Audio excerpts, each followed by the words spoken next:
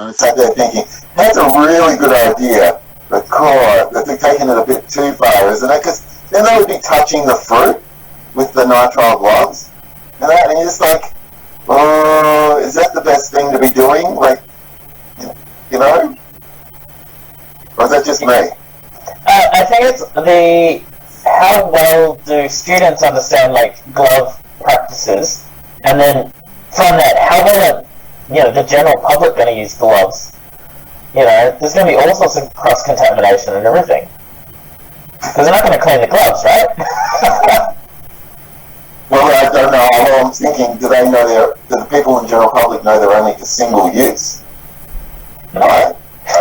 They know, right? They just reuse them. I mean, I've seen people in other labs reuse their gloves, and I'm saying, why are you doing that? And they're like, oh, for recycling.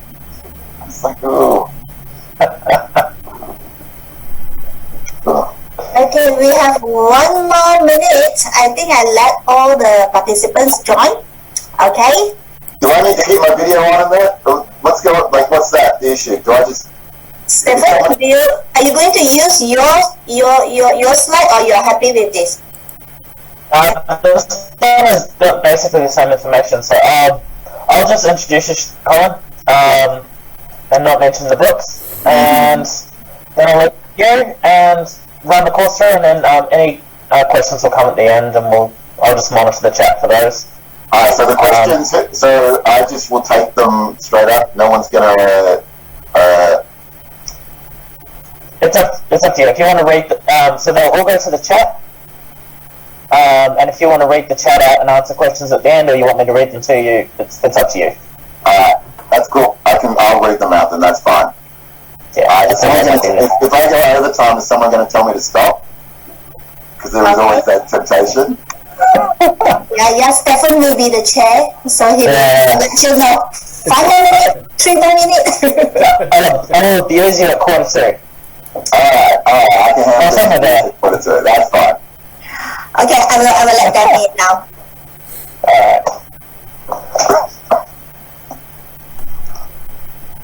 Oh, good on one, Tim. I didn't see you there.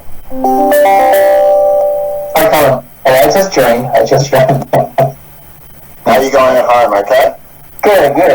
Yeah. We pretty much used to it.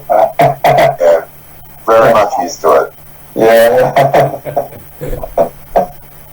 It looks like it'll be extended for another week, but lockdown. You know as much as I do. I'm assuming it will be extended to Monday at the minimum, but yeah, probably another week. Yeah. Well, let me check whether it has been announced. I mean, we're used to it now, but it's... Yeah. It's disruptive to my PhD students and that, because, they're all... Yes, definitely, yeah, to them, yeah. Yeah. And we were a bit worried when we shut down our labs for the week, thinking, are we shutting it down just for a week? Or will it be a longer? Because that depends on how you turn everything off. Do we, keep a lot of the instruments on standby mode and things, or do we actually have to pull them down, turn them down and everything? Yeah. So a lot of our stuff is still on standby mode. Yeah, but here Monash actually still allowed to access the lab. Alright, so every student or? No, usually I can justify the activity. Yeah. So that's ours as well, but the justification is very strong at the moment. Maybe that will change coming. Yeah, ours a lot. I think it's a lot easier. Yeah, so all students need to do is send the ask supervisor to apply. Yeah, that's all. Okay. Yeah.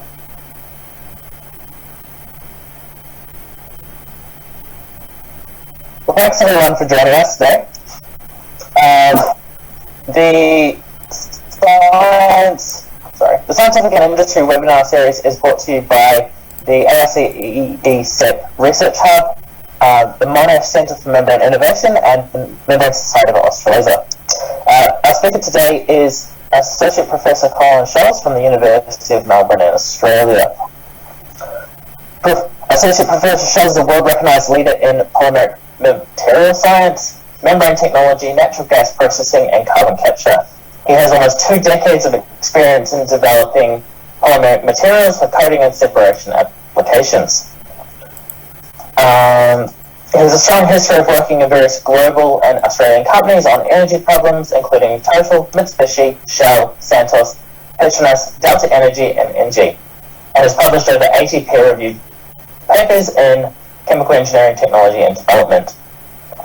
He is a chartered chemical engineer for Chemical Engineers, IChemE, and a fellow of the Royal Australian Chemical Institute.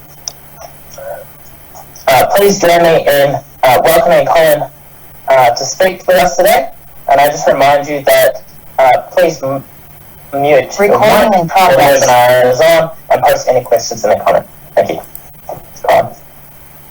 Thanks, Stefan. Thank you. I don't worry when you said 20 years, but then I thought, oh, it is almost 20 years been working on this stuff, which is good.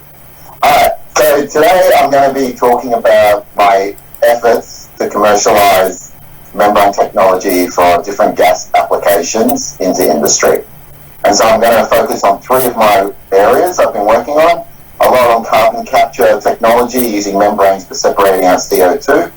Also be talking about my work on helium recovery from natural gas systems, and also another area of toxic gas purification, which is kind of cool, but at the same time kind of scary. And so there's three different areas where my objective of my research is to essentially commercialize membrane technology from the lab out to industry. So my area in carbon capture is very much focused on what's known as membrane gas solvent contactors. So this is a hybrid technology where we combine membrane gas separation with solvent absorption. And so I've got there this schematic of how the technology works. What we have is a membrane separating two phases, the gas phase and a liquid phase, or the solvent phase. And so our CO2-rich gas comes in on the gas phase, and our CO2 crosses through the membrane, but on our liquid phase we have a reactive species present that reacts with the CO2 and turns it into another component, normally carbonate.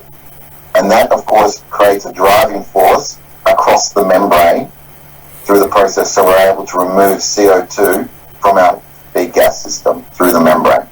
The advantages of this membrane gas solvent contactor system is because the CO2 is reacting with the solvent, we have very high selectivity for CO2, much higher than we would have for just a membrane alone, because we're essentially making the concentration, or you can argue the chemical activity for CO2 almost zero on the liquid side. And so we're able to have a huge driving force across the membrane. But the other advantage is that we have a membrane separating the two phases. So what this means is we have really great control of the flow regimes compared to traditional solvent absorption. So this allows us to control and tightly pack the process. And when we look at it from a carbon capture point of view, the best advantage of this technology is it allows us much higher active area for mass transfer per unit volume compared to traditional solvent columns. And so we can significantly reduce the size of our CO2 capture plants.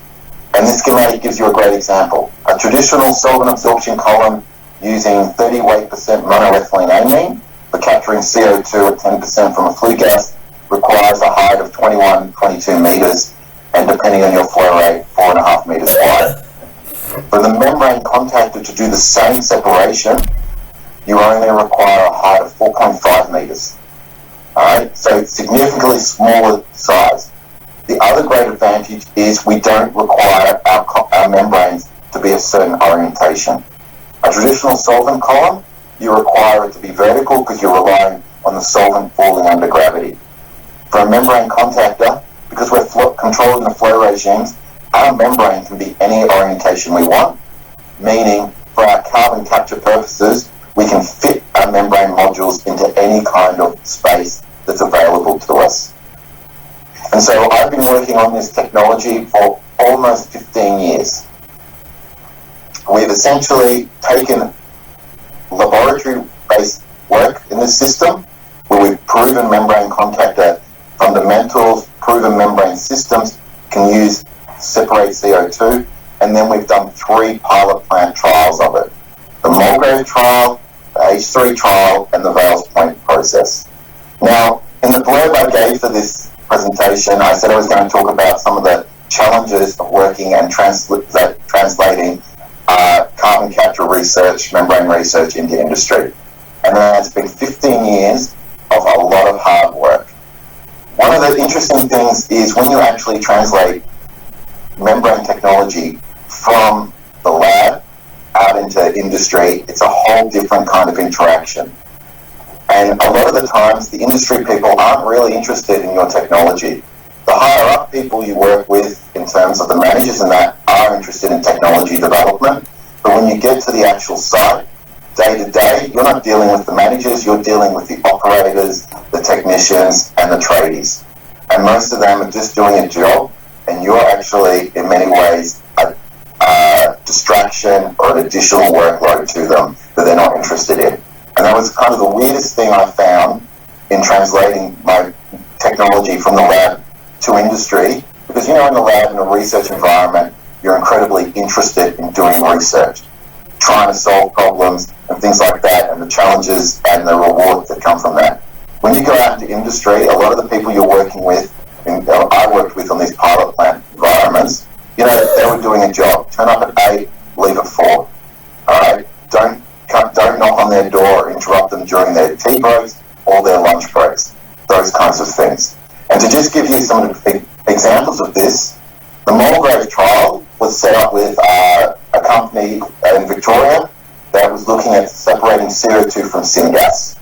So they had brown coal or lignite, they were gasifying it into carbon monoxide and hydrogen and then switching it to carbon dioxide, and we were doing the separation of CO2 from hydrogen through a membrane contactor system. In that environment, it was very quite successful trial. No one had ever tried membrane contactors for CO2 hydrogen separation before, but that environment there, a lot of the people working in that system, they had very regimented work hours, and we were an add-on to them. The H3 trial was down at the Hazelwood Power Station, down in the Latrobe Valley. So this is again brown coal, but they were burning it for power, and we were doing CO2 separation from the resulting flue gas. Now, the Hazelwood Power Station, while it was still around, it's now closed and being decommissioned, was a heavily unionised site.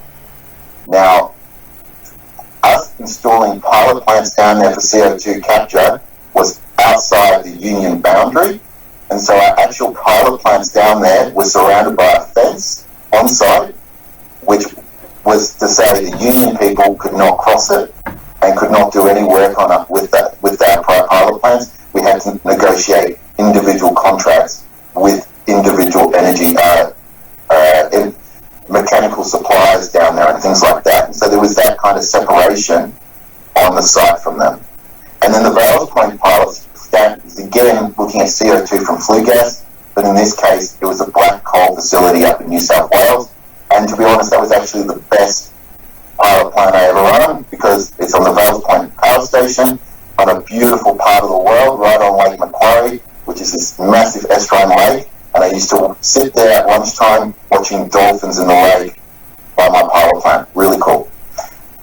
The impact on all of these systems, all of these processes, was develop a CO2 capture probe technology that was highly efficient at capturing CO2, all right, highly efficient in terms of energy usage, and the overriding assumption there was always to improve mass transfer through our membrane system, and often to overcome what we rate limiting step, which was the solvent boundary layer resistance. So if we look at mass transfer theory through contactors, conventionally mass contactors are porous membranes, where you have gas on one side, solvent on the other. And the idea is the CO2 passes through the pores into the solvent layer and is reacted away. Now that's the fundamental ideal case of operating a contactor. But in reality, especially when you go to an industry-sized situations, what you have is liquid solvent-filled pores. The idea is to keep the solvent phase at a higher pressure to the gas phase to make sure the gas never bubbles in the solvent phase, but not too high pressure, because otherwise the solvent, of course, leaches into the pores and out to the gas phase side. Now, in a laboratory example, we can keep a gas-filled pore membrane contactor incredibly easy. Very straightforward process. But when we get to an industrial-sized pilot plant, we lose all of that control, that fine control over pressure differentials, and therefore we always would get solvent-filled pores. And so that, of course, leads to a mass transfer resistance increase, and therefore a lower performance, because gas diffusion through liquids is 2 orders of magnitude slower than through a gas phase. And so we moved in the system to what's known as non-porous compactor technology, where it's much similar to traditional gas separation membranes, where we have a thin layer on our pores that is non-porous and therefore physically separates the gas and liquid phases. The gas and liquid phases specifically separated, and of course the idea behind that is it's harder for the solvent to leach back through. Now, if you guys are interested in mass transfer theory, the overall mass transfer coefficient is a function of 4 different stages. Mass transfer through the gas boundary layer, mass transfer through the porous support, mass transfer through the membrane, thin membrane layer, and then mass transfer through the solvent boundary layer. Now, depending on how thin your membrane non-porous layer is, the overall mass transfer resistance stage is generally the solvent layer and that thin porous active layer of the membrane. The porous layer and the gas phase generally contribute very little to mass transfer resistance. And so the first thing we need is some kind of membranes that we can use for the contact systems. Now, when we're doing a lot of this work, the idea is to commercialize the technology. So we were very focused on developing membranes that can be commercially obtained or commercially made at large quantities. We weren't interested in making novel polymers that would be very expensive to produce, because if you're talking about doing CO2 capture from a coal-fired power station, then you are needing 1,000 or more membrane modules to do that capture. And so if you talk, we needed focus on membranes you could actually buy or synthesize very quickly. And so most of our membrane contactors we trialed were based on polypropylene support, porous layers, which were coated on with some active layer. And so 2 of the main coatings we looked at was PTMSP, which those people who are working in membrane field I know is the most porous, non-porous membrane, the polymer with the highest free volume. And we also looked at a perfluorinated polymer, Teflon AS1600. And of course, this was in collaboration with David D. Montigny at the University of Regina in Canada.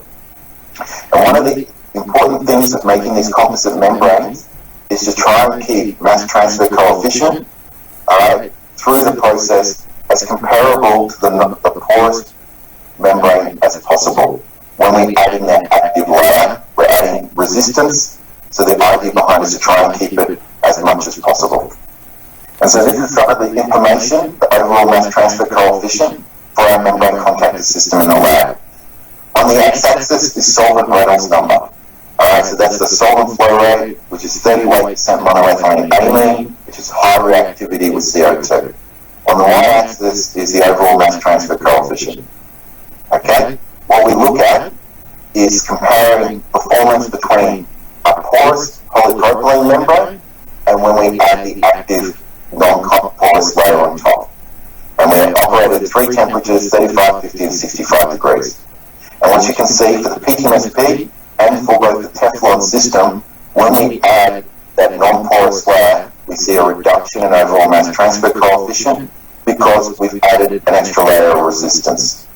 Now, PTMSP, because it has a high fractional free volume, therefore high CO2 permeability, the decrease between the porous membrane and the composite membrane is small relative to Teflon AS1600, which is a much more denser structure, therefore much more resistance to mass transfer. So the idea is to add that extra layer to try and keep overall mass transfer coefficient.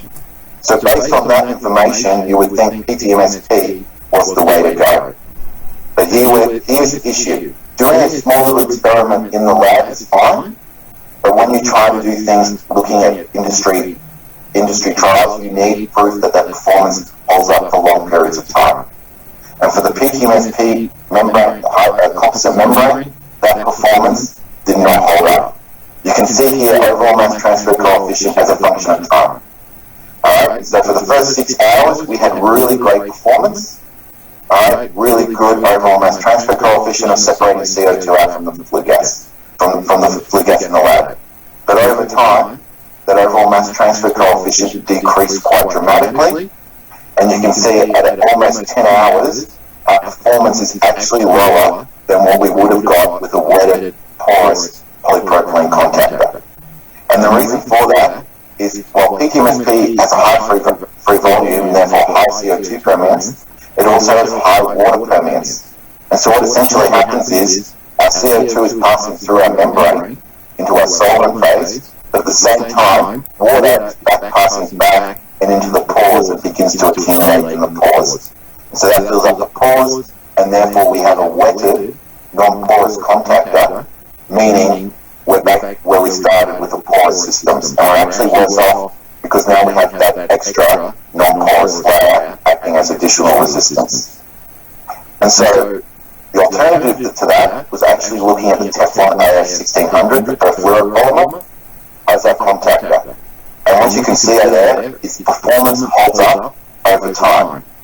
Alright, we have overall mass transfer coefficient all the way out to 10 hours in the lab, and we do not see any dramatic decrease in performance.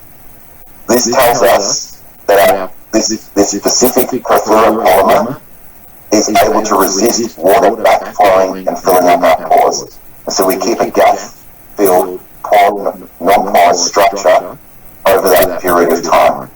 Now the reason this occurs is perfluorinated polymers are very interesting polymers, but as a membrane they have very low water solubility, very low water, and then leads into very low water permeability. And as a consequence of some of this research, we actually discovered some unique water properties for Teflon AS1600. So there's the structure of Teflon AS1600 up there. You've got these fluorinated groups that correspond to a really low surface energy inside the membrane. And when we actually operate it and look at it for water CO2 separation, under certain water activities, we're actually able to make Teflon AS1600 selective for CO2 over water. That's a Robson plot of water over CO2 separation. What you can see is most membranes have really high selectivity for water over CO2, and that's pretty straightforward. Water is a really small gas. It's essentially one of the smallest molecules there is. So it has really high diffusion, and it's also incredibly condensable because of hydrogen bonding, and so you have high solubility in polymers.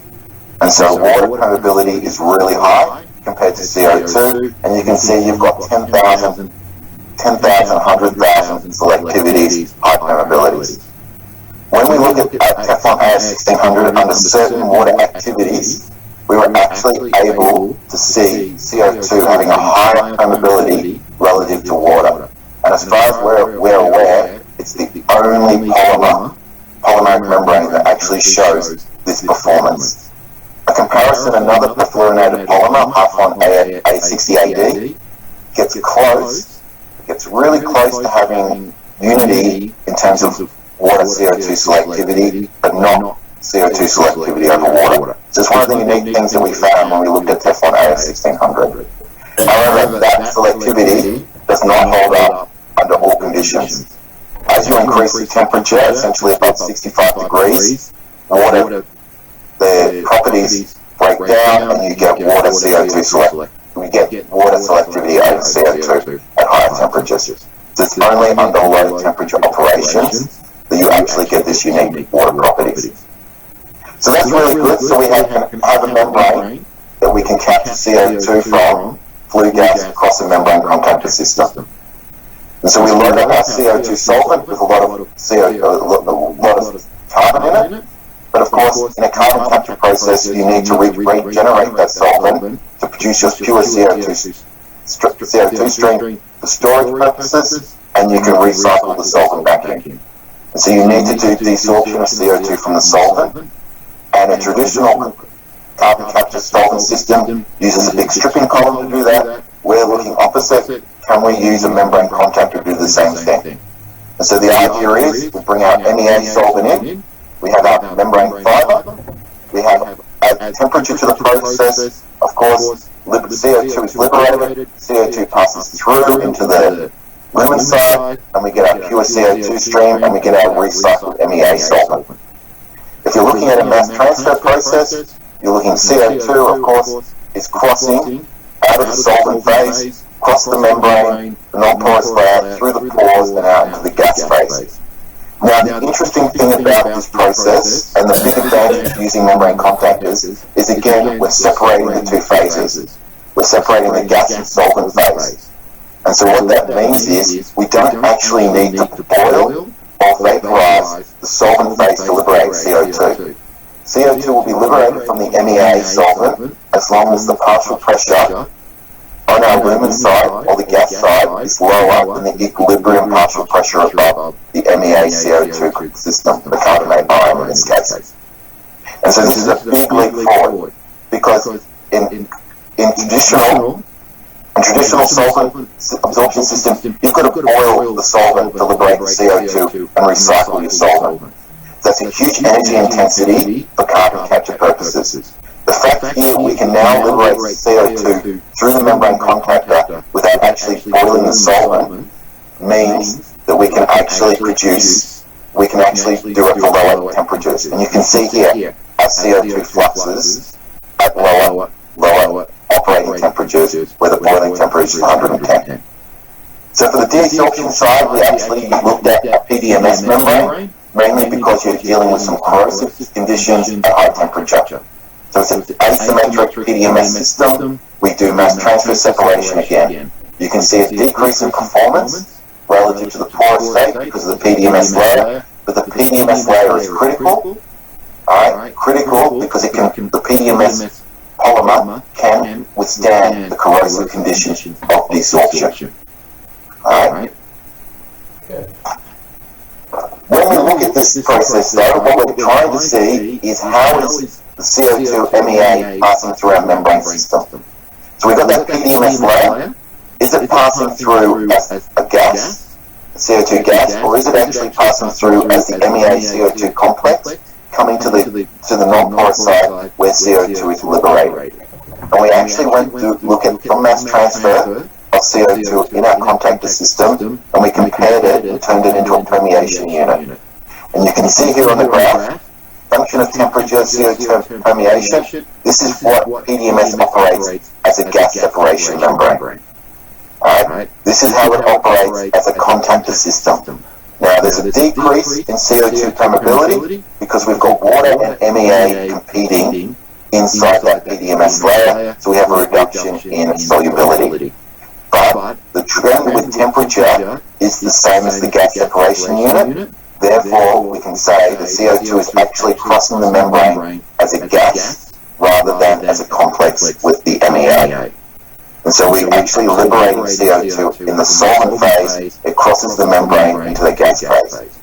What this means is that we now have a combined process for stripping out CO2 from flue gas through a membrane contactor during the absorption process, loading CO2 into the solvent, taking that rich solvent around, heating it up, and then stripping that rich solvent out of the CO2 so we can recycle the process. And the way we generate that lower partial pressure is through steam. So we bring steam in, lowers the partial pressure, CO2 is stripped from the solvent, and we get a steam CO2 mixture, which we cool down. We can separate the steam from water out, and we're left with CO2 as our product stream. This is the pilot plant we trialed at Vales Point. It demonstrated CO2 absorption through membrane contactors, CO2 capture. And this gives you some pictures of the actual pilot plant we used, and we operated it out. We ran 2 campaigns. One campaign was for 2 months, the second campaign was when we ran the combined process for 29 days continual. So we captured CO2 from the facility for 29 days continual in the process, looking at capturing 1 tonne of CO2 per day.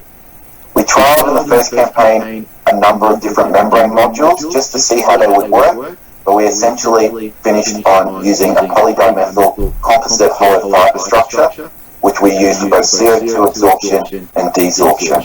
The reason we did this, because it was highly resilient to the corrosive conditions of MEA over long periods of time, but the PDMS has high CO2 permeability. And of course, our solvent was the conventional 38% monoethylene amine. And this is our operation on 29 days. And one of the crazy things of running a pilot plant that works, there's not really much to talk about except to say it worked. You can see we have constant CO2 flux for 29 days. It did everything it was supposed to do and worked really well for 29 days. 29 days was the limit of our funding, so we couldn't work further. The regeneration side, we actually only ran for 12 days because of the accumulation. We needed to accumulate enough rich solvent before we could strip it out in the regeneration side. And there's a difference in the membrane module side. That's the absorption module. The regenerator module is quite a bit bigger because a lot of about the heat integration and holding in the temperature at 100 degrees in that system. If you break down the absorption system a bit further, CO2 loading in our solvent, that's how much CO2 we can absorb. The maximum is 0.5. We're operating between 0.3 and 0.45 at the start of our period, and that decreased down to about between 0.2 and 0.35 at the end, and that is because of water accumulation in our solvent, which is a common occurrence in carbon capture plants using solvent absorption. When we actually pull out the overall mass transfer coefficient in our system, what we can see is our pilot plant performance is comparable to our lab-based system. So the open circles there are all of our lab-based work on these membrane contactor systems.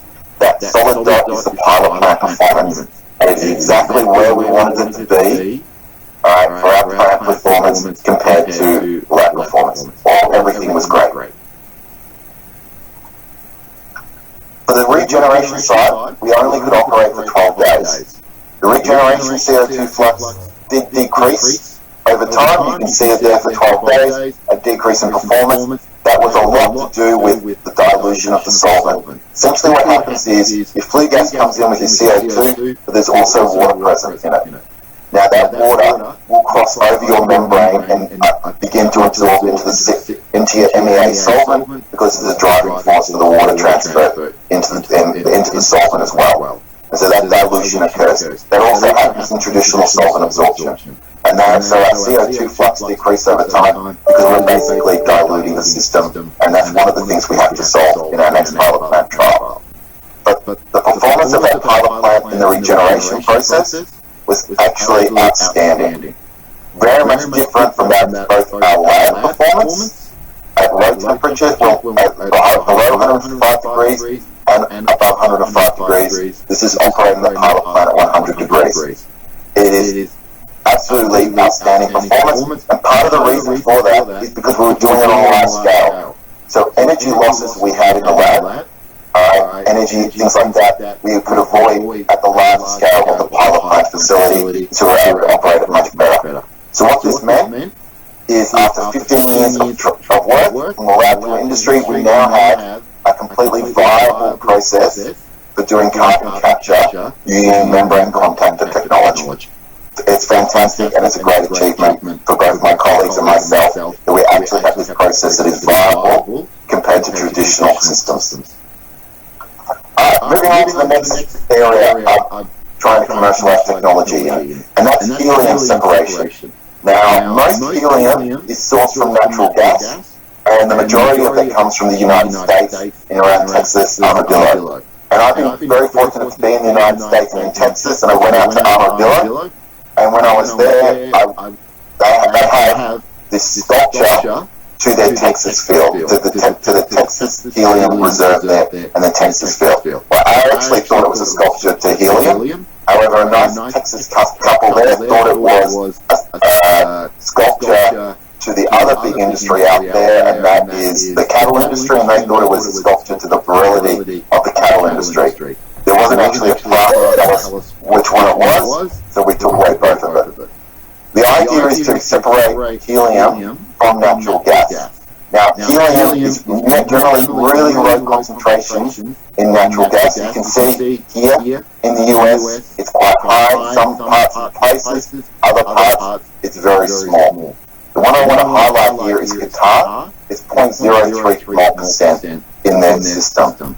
But that hasn't stopped Qatar building the largest helium recovery plant in the world in 2013. And that's because there's a huge demand for helium from Asia. Now, Australia also built a helium plant 10 years ago in Darwin by BOC to also supply that Asian market. The issue about helium recovery, though, is that all of the rich helium fields have been tapped.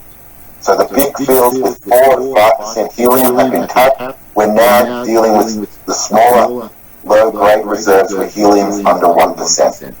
And so we need to develop new kind of technology, separation technology, for doing that process. Now, the conventional way you separate out helium, I've got up there is a flow sheet for natural gas processing. The traditional way you separate helium is from the nitrogen rejection unit here. We have a natural gas liquefaction process where we're separating natural gas into different hydrocarbons. The off gas coming from that is mainly nitrogen. There's a bit of methane and things like that that get recycled back. But if you've got a helium in your natural gas reserve, that nitrogen rejection unit coming out has about 1 to 3% helium. And so traditional processes therefore recover helium from that gas, where they're separating helium from nitrogen, upgrading it, and then purifying it to the high purity stuff we need. Now, the conventional way they do that is cryogenic distillation. So they take it, they cryogenically remove the nitrogen, oxygen, and hydrogen, and then follow it by pressure swing absorption to try and get it to the highest purity possible. Now, that's a really energy-intensive process. You've got to realize you've got to do cryogenic cooling in the system and pressure swing absorption. You need huge pressure swing changes to do that stripping. And so what we're looking at, can we actually use membranes to do the helium recovery? And it's not actually new technology, a new idea to do this. Thomas Graham, back in the 19th century, used membranes to separate helium from natural gas. Of course, the membranes he was using are not like what we use now. He was using things like silicon rubber, PTMSP and stuff like that. We already know we can use membranes to recover, to remove acidic gases from natural gas, and we can also use CO2 in there. And so we can also use it for helium. The advantages, natural gas is already high pressure. The disadvantage is the helium is a really low concentration. But the key is the helium is separating the desired product from the majority of the gases. Now, helium is a noble gas, so it's actually really interesting when you're using it in a gas separation membrane, non-porous, and looking at the solution diffusion mechanism. Now, the solution diffusion mechanism assumes a non-porous state where our gas molecules diffuse through and the concentration inside them is because they have an interaction with the polymeric film. Some kind of underlying interaction that benefits and blows them up. So the concentration is high, or the solubility is high, the diffusivity is good, so we have high permeability. In the case of helium and other noble gases, solubility is a question because they don't really interact. So it's more about diffusivity and getting good diffusivity through. And of course, the other factor we're looking at is helium selectivity, which is the ratio of helium permeability over another gas, which I've got there for nitrogen. So if we look at something straightforward, we're looking at helium separation from natural gas, we look at helium separation from methane. And there's heaps of membranes already commercially available out there that can do that separation, that have good selectivity, good permeability.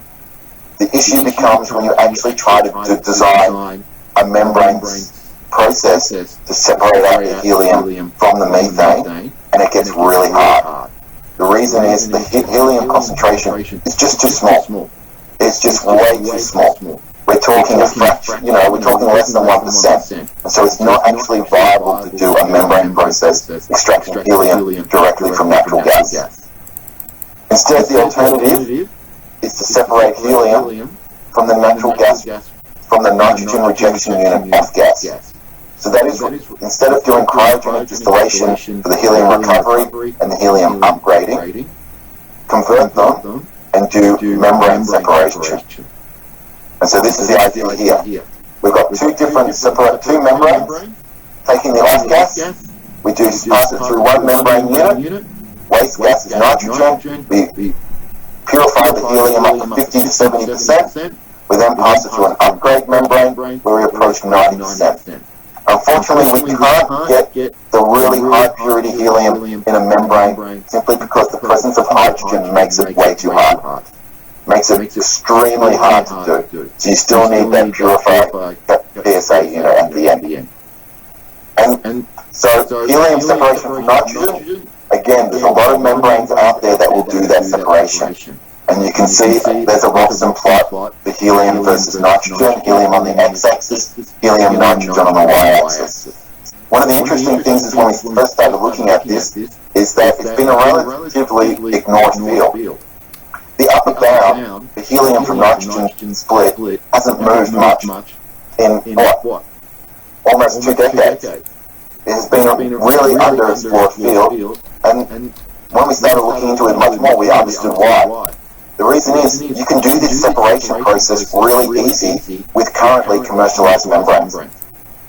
What I've got up there is a 2-stage membrane process doing the recovery and upgrade. In the system, a nitrogen rejection unit gas comes off at almost atmospheric pressure, so we've got to compress it up, pass it through our first membrane unit.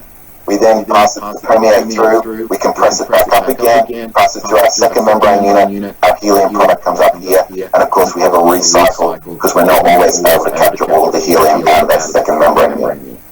If we look at the pressure required to do that separation as a function of helium-nitrogen selectivity, what actually we found is that all you need is a selectivity of 3 and you can do that separation. Really straightforward. Of course, you need really high pressures and a great recycle to do that, but it's viable. If you want to look at reducing the actual pressure you require, a selectivity above 30 is completely doable to do that process at viable with reduced compression in the system. And you can get membranes commercially that will have that selectivity of helium over nitrogen already with selectivity higher than 30. So it's a completely ready process to do. The big question becomes, what is the energy demand of the process, especially compared to cryogenic distillation? Now we know membranes should have the benefit of being less energy intensive, because all we need to do is the compression side, while cryogenics need to do the compression and cooling. And so we looked at the comparison of the process, and what we found is what we see here is the energy ratio of membranes over liquefaction. So that is, a value greater than 1 means the membrane process is more energy intensive than cryogenic liquefaction. A value lower than 1 means the membrane process requires less energy than cryogenic distillation. And what we found is, for a feed value coming out of the nitrogen rejection system of less than 3%, membranes are more energy intensive. I'm getting some feedback here. I'm not sure if someone's mic's on or not.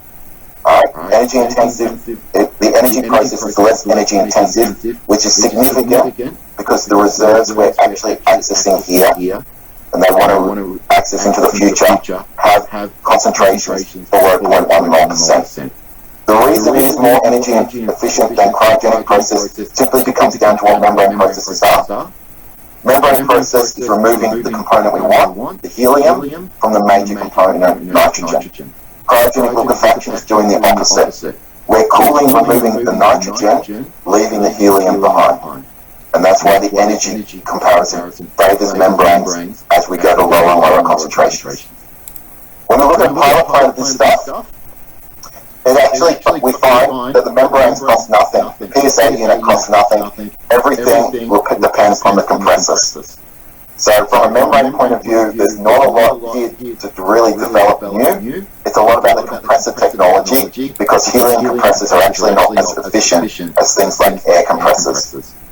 And so what the work coming here in the helium separation now is actually not doing the separation as standalone membranes, but actually incorporating membranes into the nitrogen rejection unit and doing process intensification, where we're actually separating helium from nitrogen under cryogenic temperatures and pressure conditions, which is a really interesting area for membrane technology because not many people look at it. Membrane gas separation at those temperatures, and there's a whole range of different things going on, especially around capillary condensation mechanisms for separating out helium and nitrogen.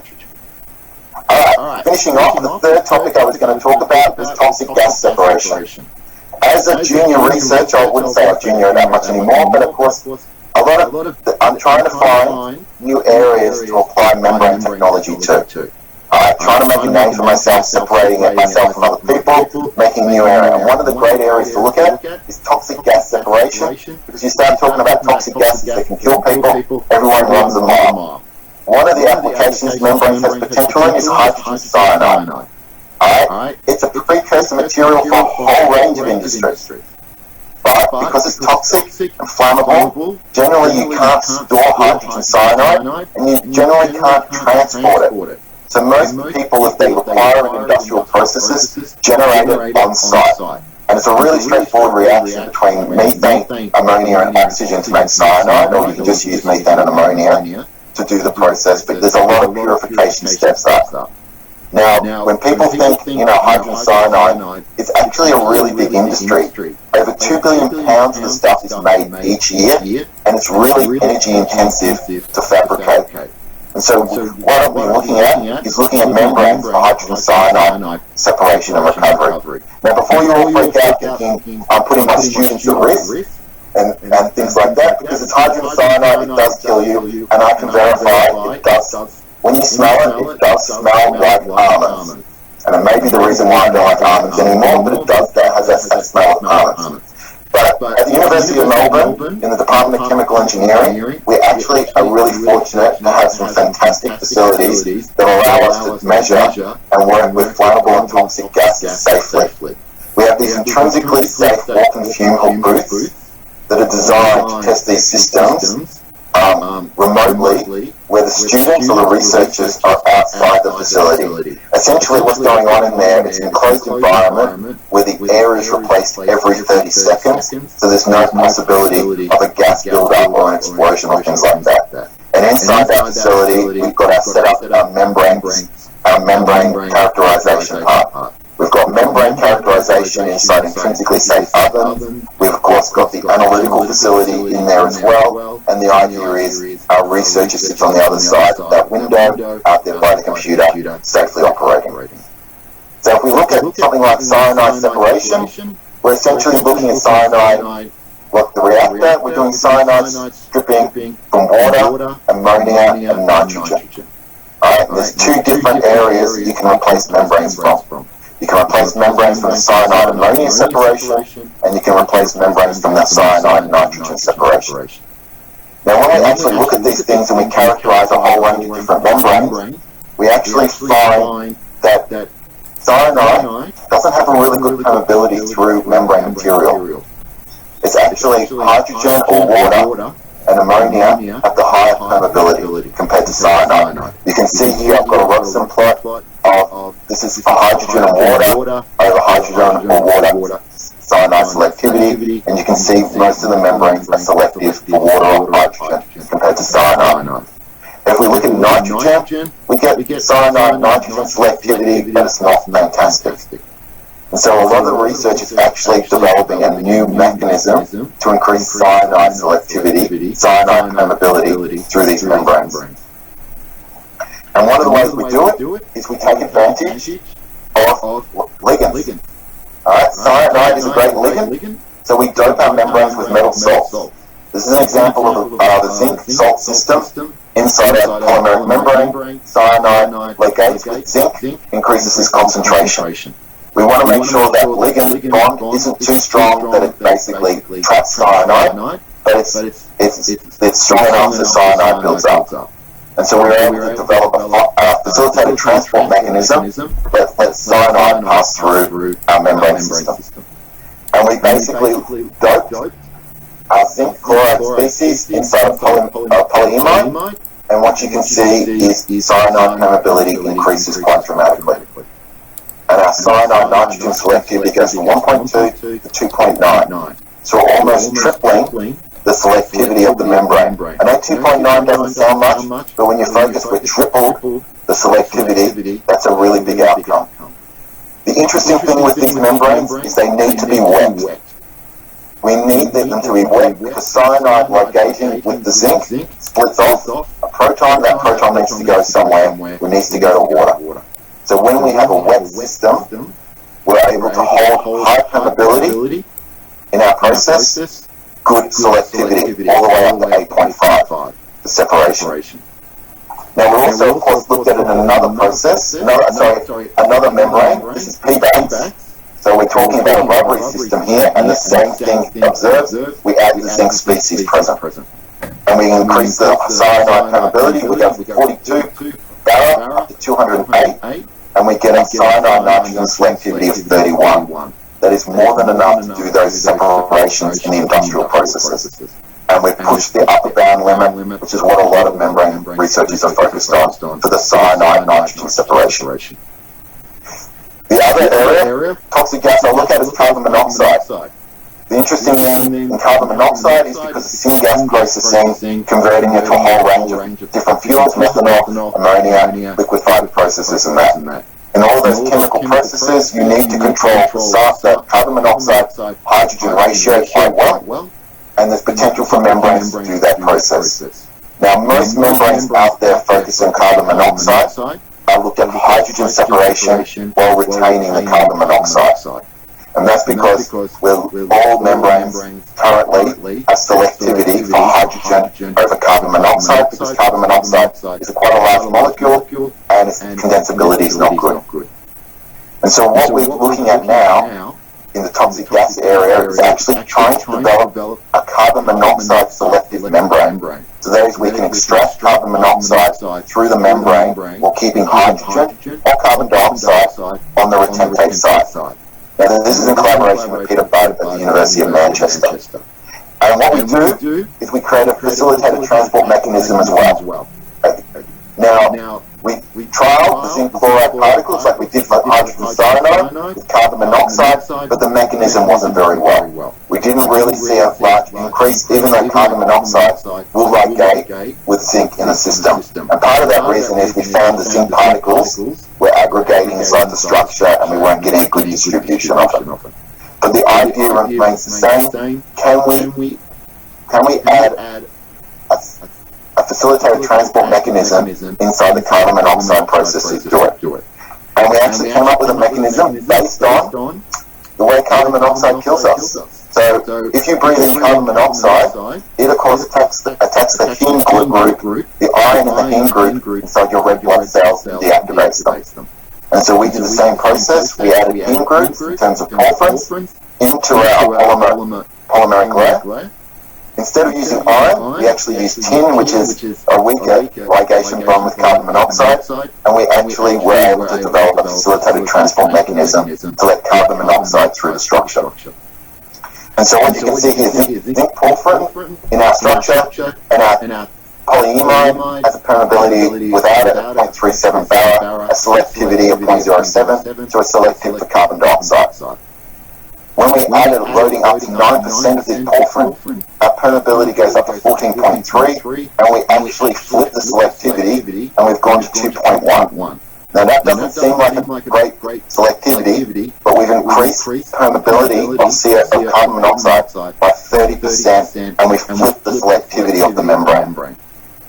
So that is really great. The issue, though, is we need to add more of these complexing species into the membrane structure, and we can't do them as standalone species because the structural integrity goes.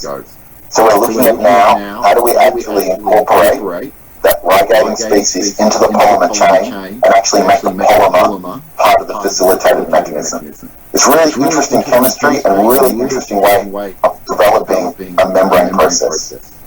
Alright, to finish off, I've got to thank my group. Alright, I'm way over time, I think. There's a few minutes for questions. Of course, what I wanted to get across here is we've looked at 3 different processes, and we're looking at translating membrane technology into commercial outcomes. For the carbon capture area with membrane contactors, we're ready to go. We're trying to commercialize that right now.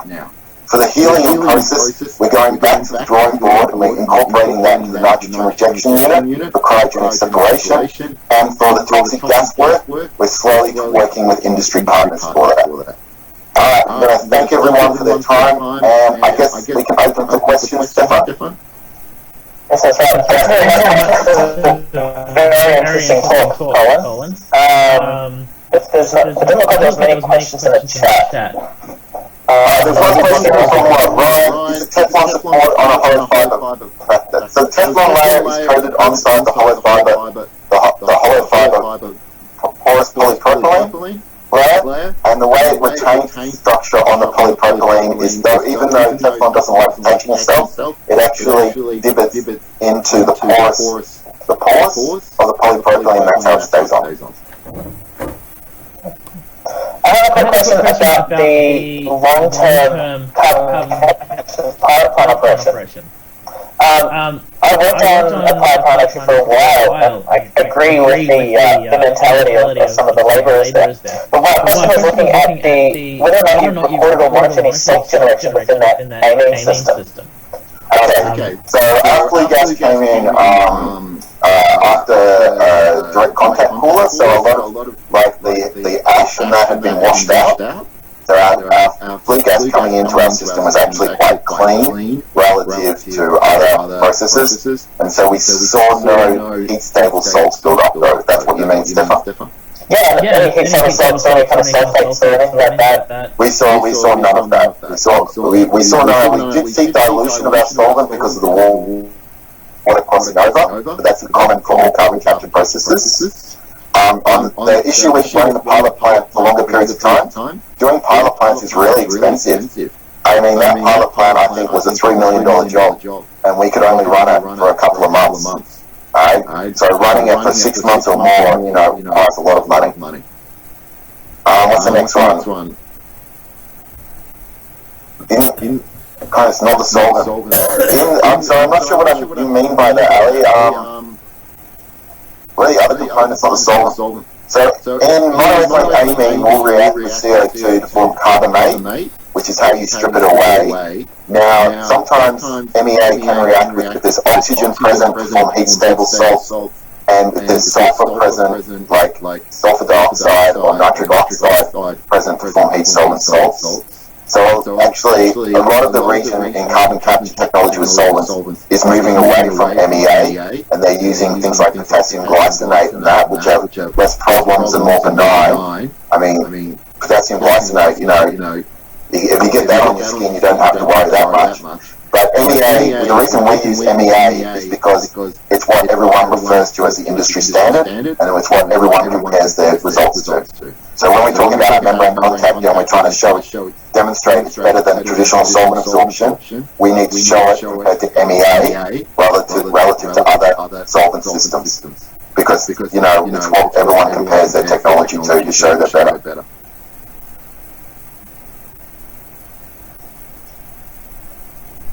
Any other questions?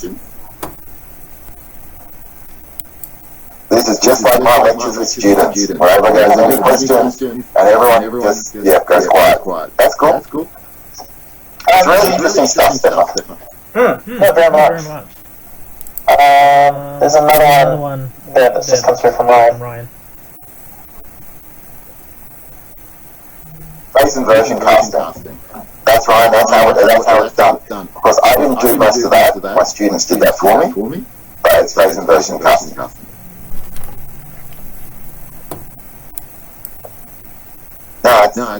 It's a lot of challenges working with industry guys, and it's a different mentality. I mean, as I said, working on some of those sites, you soon realize, do not interrupt them during a break. Alright, do not interrupt them, at all. And then other guys, I mean, one of the sites we were on, like, some of the people did not actually want us to be there because they were not very big on carbon capture technology. They saw that as taking away from the coal industry and that, not realizing that maybe it would save them.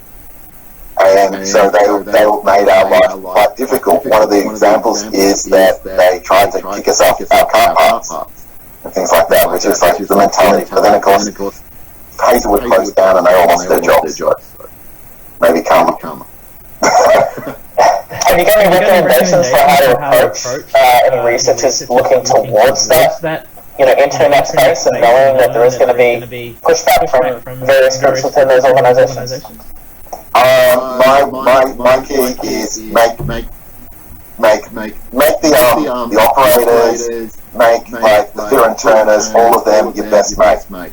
Spend days just chatting with them, getting them on side. Because if they like you, they will do work for you. If they don't like you, they will make life difficult for you. So I would just, if they were on their break, rather than, ask them to do stuff, I would join them on their break and just chat away with them. So they would eventually like me. Because it was all about that kind of attitude that you were imposing on them. They just wanted to do their job. They were there from 8 till 4, they were doing their job, getting paid. You're interrupting their, what they normally would do. So getting them to like you was critical. If they did not like you, or they saw you as a challenge, they would not help you. People skills. And it also helps if they're going down to the pub to go join them for a drink. I agree with that from what I saw. Yeah. It's just a different mentality, isn't it? Where, researchers, we're so keen, we're so interested that we want to work towards a solution, where for a lot of these people, it's just a job. Not everyone has the same ideals to change the world. Some people just want to go home and home at the end of the day. Yeah. Well, thank you very much for your talk. An interesting discussion there, Colin. If you could just stop sharing screen, we'll advertise the next events coming up. Yeah. So the next event we have Professor Liu Shao talking about fabricating advanced membranes for metal film separations on the 16th of June, and on the 14th of July we have Associate Professor Angela Zhang. Talking about functional material and membrane design for water technologies. Both of these will be available to register on the ORCE Hub website, just like the others. Once again, thank you very much, Colin, for your fantastic and very interesting talk. And to everyone, have a good rest of your day. Thank you.